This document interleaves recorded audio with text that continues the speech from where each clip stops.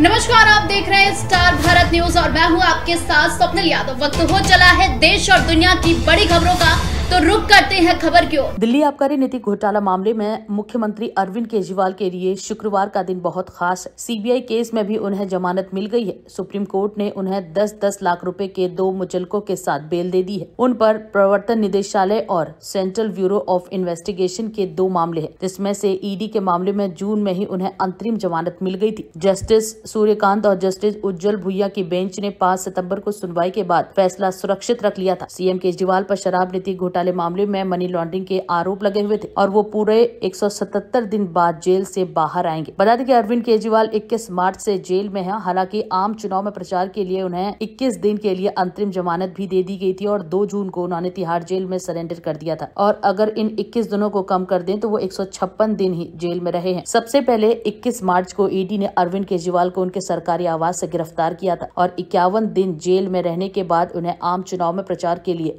21 दिन की रिहाई मिल गई। बता दें कि 2 जून को वो फिर से जेल में चले गए और 20 जून को उन्हें ट्रायल कोर्ट ने ये कहते हुए जमानत दे दी थी कि उनके खिलाफ कोई भी सीधे सबूत नहीं है, लेकिन दिल्ली हाई कोर्ट ने उस पर रोक लगा दी और इसी दौरान सीबीआई ने तिहाड़ जेल में उनसे पूछताछ की और 26 जून को वहीं से उनकी गिरफ्तारी हो गई। हालांकि 12 जुलाई को ईडी केस में सुप्रीम कोर्ट से अरविंद केजरीवाल को अंतरिम जमानत मिल गई थी, लेकिन सीबीआई की गिरफ्तारी की वजह से वो जेल से बाहर नहीं आ पाए। कोर्ट ने कहा था कि वो 90 दिन से जेल में हैं, इसीलिए जमानत जरूरी है। अरविंद केजरीवाल के वकील अभिषेक मनु सिंघवी ने सुप्रीम कोर्ट में सीबीआई की गिरफ्तारी को इंश्योरेंस अरेस्ट बताया है। बता दें कि सीबीआई की एंट्री के बाद अरविंद केजरीवाल की मुसीबतें ज्यादा बढ़ी हैं। जब मार्च में ईडी ने उन्हें गिरफ्तार किया था तब उनके खिलाफ सिर्फ एक ही आरोप था, कथित तौर पर पैसों का लेन देन और इसका इस्तेमाल।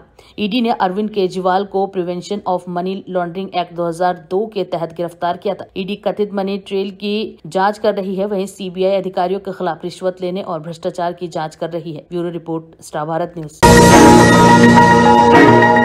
नमस्कार, आप देख रहे हैं स्टार भारत न्यूज और मैं हूं आपके साथ स्वप्निल यादव। वक्त हो चला है देश और दुनिया की बड़ी खबरों का, तो रुक करते हैं खबर की ओर। उत्तराखंड के चंपावत जिले में भारी बारिश ने जनजीवन को प्रभावित किया है। बता दें कि बनबसा में 119.0 मिलीमीटर बारिश दर्ज की गई है और भूस्खलन के कारण टनकपुर घाट NH पर आवाजाही ठप कर दी गई है। शारदा नदी का जलस्तर बढ़ने से बैराज पुल पर 4 पहिया वाहनों की आवाजाही रोक दी गई। मौसम विभाग ने शुक्रवार को भी कुमाऊं में अधिकांश जगहों पर हल्की से मध्यम वर्षा होने का अनुमान जताया है। 24 घंटे के दौरान चंपावत जिले के अधिकांश स्थानों पर भारी बारिश हुई है और बनबसा में 119.0 मिलीमीटर की बहुत भारी वर्षा रिकॉर्ड की गई है। अगस्त मध्य के बाद हुई भारी बारिश से जनजीवन प्रभावित हुआ है। स्वाला, संतोषा, चूरानी आदि जगहों पर भारी भूस्खलन की वजह से टनकपुर घाट NH पर गुरुवार दोपहर बाद तक आवाजाही ठप रही। भूस्खलन से एक NH 3 राज्य मार्ग समेत 14 सड़कें बंद हो गई हैं और रास्ते में फंसने से यात्रियों को परेशानी का सामना करना पड़ा। स्वाला, संतोला, चूरानी आदि जगहों पर भारी भूस्खलन की वजह से टनकपुर घाट NH पर गुरुवार दोपहर बाद तक आवाजाही ठप रही। भूस्खलन से एक NH 3 राज्य मार्ग समेत 14 सड़कें बंद हो गई है और रास्ते में फंसने से यात्रियों को परेशानियों का सामना करना पड़ा। चंपावत जिले के अधिकांश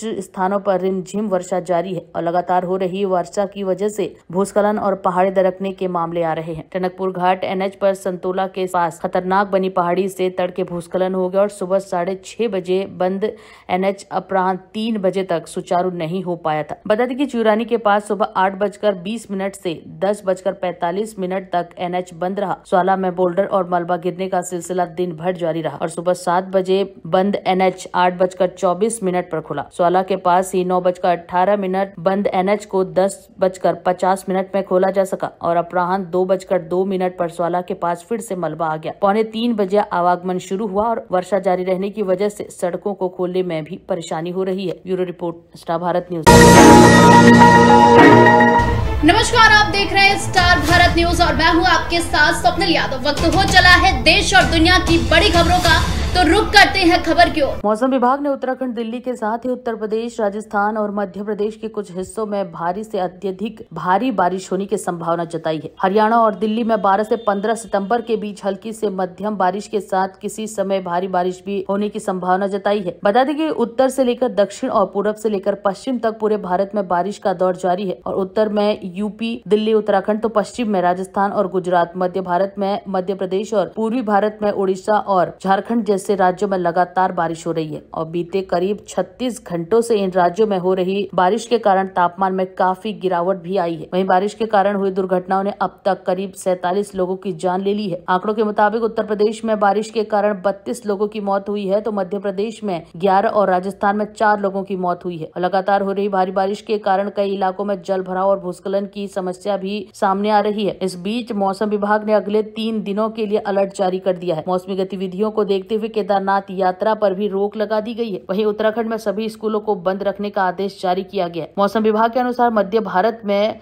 उत्पन्न दबाव क्षेत्र के कारण आसपास के राज्यों में बारिश हो रही है और ये दबाव क्षेत्र ग्वालियर के पास शहर से लगभग 50 किलोमीटर उत्तर में और आगरा से 60 किलोमीटर दक्षिण पूर्वी में स्थित है और अगले 24 घंटे में इसके उत्तर पूर्वी दिशा की ओर बढ़ने की संभावना है, जिस कारण अगले 2 से 3 दिन तक बारिश का दौर जारी रहेगा। Bureau report, star Bharat news. नमस्कार, आप देख रहे हैं स्टार भारत न्यूज और मैं हूं आपके साथ स्वप्निल यादव। वक्त हो चला है देश और दुनिया की बड़ी खबरों का, तो रुक करते हैं खबर की ओर। दिल्ली के पूर्व उप मुख्यमंत्री और आम आदमी पार्टी के नेता मनीष सिसोदिया ने गुरुवार को दिल्ली के पटपड़गंज इलाके में गणेश पूजा पंडाल में पूजा अर्चना की और उन्होंने कहा कि हमारे समाज में भगवान गणेश को गणाधिपति कहा जाता है। मैं शिक्षा पर कार्य करता हूं। मैं हर जगह गणपति से प्रार्थना करता हूं कि दिल्ली और देश के हर बच्चे को अच्छी शिक्षा मिले और मैं हर साल यहाँ आता हूँ। पिछले साल को छोड़कर मैं नहीं आ सका। सिसोदिया ने बताया कि प्रधानमंत्री ने भगवान गणेश से हम सभी को सुख समृद्धि और उत्तम स्वास्थ्य का आशीर्वाद देने की प्रार्थना की। सीजीआई ने अपनी पत्नी कल्पना दास के साथ अपने आवास पर पीएम का स्वागत किया। सीजीआई न्यायमूर्ति डीवाई चंद्रचूड़ के आवास पर गणेश पूजा में शामिल हुआ। भगवान श्री गणेश हम सभी को सुख समृद्धि और अद्भुत स्वास्थ्य प्रदान करे। पीएम ने एक्स पर एक पोस्ट में ये भी कहा था, 10 दिवसीय उत्सव गणेश चतुर्थी अनंत चतुर्थी तक जारी रहेगा और इस त्योहार को विनायक चतुर्थी या फिर विनायक चविथी के नाम से भी जाना जाता है। गणेश चतुर्थी के दौरान भगवान गणेश को नई शुरुआत के देवता और बाधाओं को दूर करने वाले के रूप में पूजा जाता है। भारत और विदेशों में भक्त भगवान गणेश की बुद्धि और बुद्धिमत्ता का जश्न मनाते हैं। घरों और पंडालों के विस्तृत सजावट से सजाया जाता है और हवा, प्रार्थना, संगीत और उत्सव के मंत्रों से भर जाती है। सड़कों पर जीवन जुलूस और पारंपरिक अनुष्ठान होते हैं क्योंकि लोग स्वादिष्ट प्रसाद तैयार करते हैं और खूबसूरती से सजाए गए पंडालों में जाते हैं। Bureau report, star Bharat news. हमारे समाज में भगवान गणेश जी को गण अधिपति कहा जाता है, यानी कि सभी गणों के, शिव जी भगवान के जितने गण हैं उनके ईश हैं, वो मतलब उनके मालिक हैं, उनके स्वामी हैं सभी गणों के, और बुद्धि के तो विशेष रूप से। तो मैं तो क्योंकि शिक्षा पे काम करता हूँ, दिल्ली की शिक्षा पे आम आदमी पार्टी हमारी सरकार काम करती है, तो मेरी तो हर जगह गणपति के चरणों में यही वंदना रहती है कि दिल्ली के हर बच्चे को अच्छी शिक्षा मिले, देश के हर बच्चे को अच्छी शिक्षा मिले और अच्छा स्वास्थ्य मिले, लोगों को अच्छी नौकरियां मिलें। उसके बेस पे यही मेरी गणपति के चरणों में आज भी वंदना है। और हमारे पटपड़गंज क्षेत्र में यहाँ पुलिस अपार्टमेंट के सामने ये गणपति का पंडाल लगता है। मैं हर साल यहाँ पे आता हूँ, बस पिछले वर्ष नहीं आ पाया, लेकिन हर साल आता हूँ।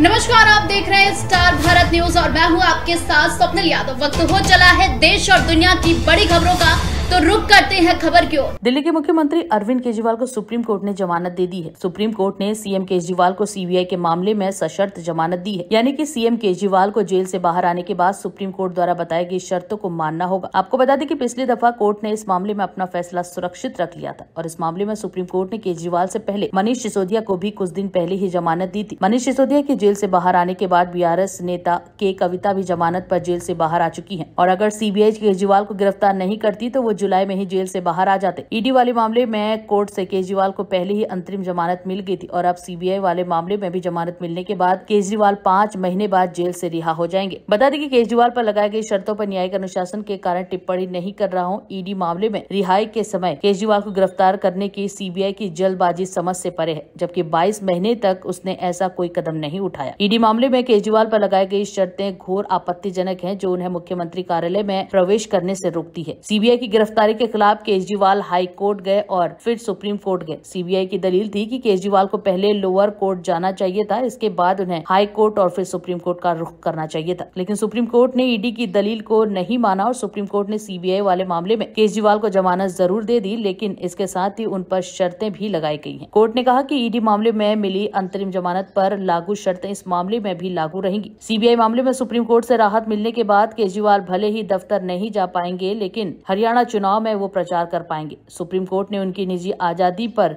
कोई रोक नहीं लगाई है। ऐसे में हरियाणा के चुनाव प्रचार के दौरान अरविंद केजरीवाल के पहुंचने से अब आम आदमी पार्टी को बड़ा फायदा हो सकता है। दिल्ली सरकार के कामकाज की बात करें तो केजरीवाल के बाहर से उसमें कुछ खास बदलाव देखने को नहीं मिलेगा। सुप्रीम कोर्ट ने बतौर सीएम उन पर पाबंदी बरकरार रखी है। दिल्ली में मेयर के चुनाव की फाइल का मामला अटका हुआ है। चुनाव अभी भी अधर में है। केजरीवाल जेल से बाहर आने के बाद भी इस फाइल पर साइन नहीं कर पाएंगे। Bureau report, star Bharat news. देखिए, यह बहुत बड़ा दिन है, बहुत राहत का दिन है। 5 महीने से माननीय मुख्यमंत्री दिल्ली की जनता की सेवा नहीं कर पा रहे थे।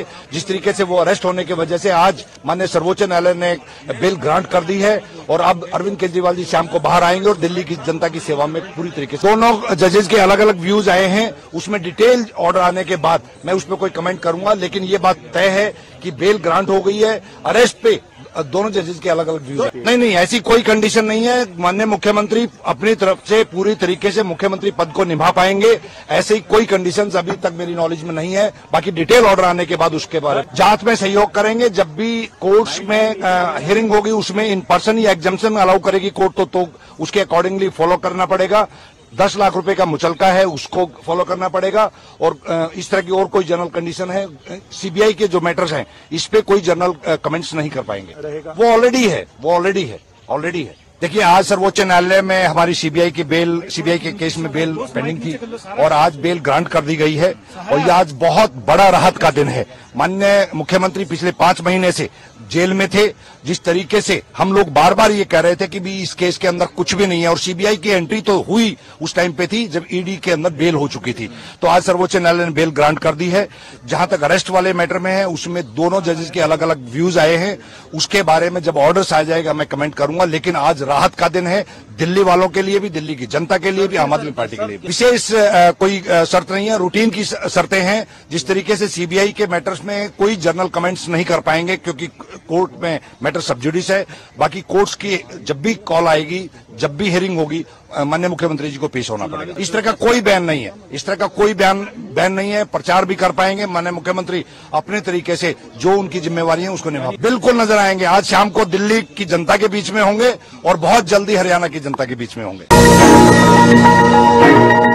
नमस्कार, आप देख रहे हैं स्टार भारत न्यूज और मैं हूं आपके साथ स्वप्निल यादव। वक्त हो चला है देश और दुनिया की बड़ी खबरों का, तो रुक करते हैं खबर की ओर। समाजवादी पार्टी के राष्ट्रीय अध्यक्ष अखिलेश यादव ने दिल्ली के मुख्यमंत्री और आम आदमी पार्टी के संयोजक अरविंद केजरीवाल की जमानत पर प्रतिक्रिया देते हुए लिखा कि दिल्ली के लोकप्रिय और जन कल्याणकारी मुख्यमंत्री अरविंद केजरीवाल की जमानत संविधान की जीत है। संविधान विरोधी ही संविधान का दुरुपयोग करते हैं। न्याय के दरवाजे पर दी गई दस्तक हमेशा सुनी जाती है। दुनिया अब तक इसी परंपरा पर आगे बढ़ी है और आगे भी बढ़ती रहेगी। बता दें कि सुप्रीम कोर्ट की बेंच ने अपने फैसले में कहा कि अपीलकर्ता की गिरफ्तारी अवैध नहीं थी और जांच के उद्देश्य से किसी ऐसे व्यक्ति को गिरफ्तार करने में कोई बाधा प्रतीत नहीं होती जो पहले से ही किसी अन्य मामले में हिरासत में हो। उधर आम आदमी पार्टी ने शुक्रवार को दिल्ली के मुख्यमंत्री अरविंद केजरीवाल को आबकारी नीति घोटाले से संबंधित भ्रष्टाचार के मामले में जमानत मिलने पर सुप्रीम कोर्ट का आभार जताया और इसे सच्चाई की जीत करार दिया। आबकारी नीति से संबंधित केंद्रीय अन्वेषण ब्यूरो के मामले में केजरीवाल को सुप्रीम कोर्ट से जमानत मिल जाने से अब उनकी रिहाई का रास्ता साफ हो गया है। केजरीवाल को आबकारी नीति से संबंधित प्रवर्तन निदेशालय के धनशोधन मामले में सुप्रीम कोर्ट से पहले ही अंतरिम जमानत मिल चुकी है। सोशल मीडिया मंच एक्स पर पोस्ट में आपने लिखा कि सत्यमेव जयते, हरियाणा में चुनाव की तैयारी कर रही आम आदमी पार्टी के लिए तिहाड़ जेल से केजरीवाल की रिहाई पार्टी को मजबूत करने में मददगार साबित होगी। दिल्ली के पूर्व उप मुख्यमंत्री मनीष सिसोदिया को भी आबकारी नीति से संबंधित ईडी और सीबीआई के मामले में हाल ही में जमानत मिली है। उन्होंने एक्स पर पोस्ट किया और झूठ और साजिशों के खिलाफ लड़ाई में आज पुनः सत्य की जीत हुई है।